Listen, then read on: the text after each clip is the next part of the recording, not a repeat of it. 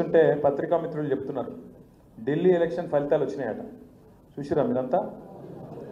సక్సెస్ఫుల్గా మన iron leg ముఖ్యమంత్రి వేయండు. కాంగ్రెస్ పార్టీకి ఎంత వచ్చింది? ఎంత? నిన్న మొన్నటి దాకా మనం బాగా అన్నాడు కదా 0-0 అని. ఇప్పుడు ఆయనకు కూడా వచ్చింది గాడిది గుడ్డు 0.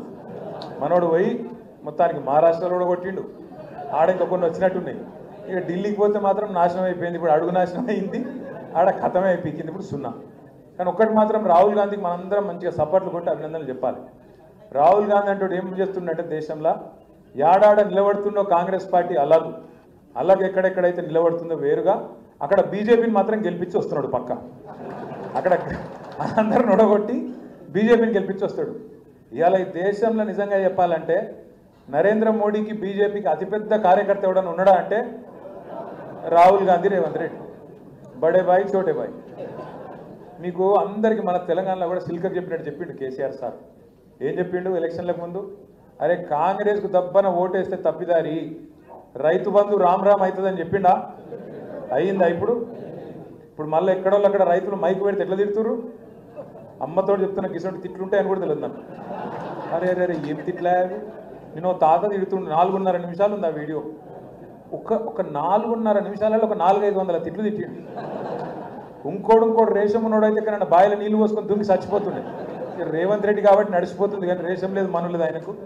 నిజంగా ఆయన చూస్తుండో లేదో రేవంత్ రెడ్డి గారు దయచేసి చూడకు, చూస్తే తట్టుకోలేవు. ప్రజలు సంవత్సరం లోపలనే గుర్తించారు.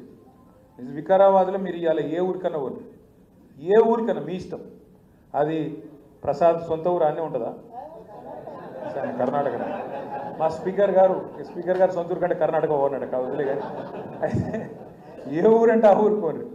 ఏ ఊళ్ళకి పోయి మీరు గొట్టం పెట్టినా, ఏ ఊళ్ళో పోయి ఏ మనిషి ముంగట గొట్టం పెట్టినా ఆ తిట్టుడు, ఆ లొల్లి. నమస్తే అక్కడ పెద్దలు శ్రీమతి సబితా ఇంద్రారెడ్డి గారికి స్వాగతం, సుస్వాగతం. ఒక్క ఆడబిడ్డ కూడా లేదండి ఇప్పుడు నేను వచ్చేసిన అంటుంది అక్క. మన అక్క ఒక్కటి 1 కోటి మంది ఆడబిడ్డలు పెట్టు కాబట్టి గట్టిగా సపోర్ట్ పెట్టాలి. Thank you. అయితే సంవత్సరం కిందట నేను వచ్చిన వికారాబాద్కి వచ్చిన, మరపల్లికి వచ్చిన, ప్రచారం చేసిన, ఆనంద్ భాయ్ కోసం తిరిగిన.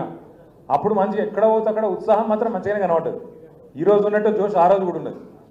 ఆ రోజు కూడా నేను ఆనంద్ గెలిచిపోయిన అనుకునే పోయినా.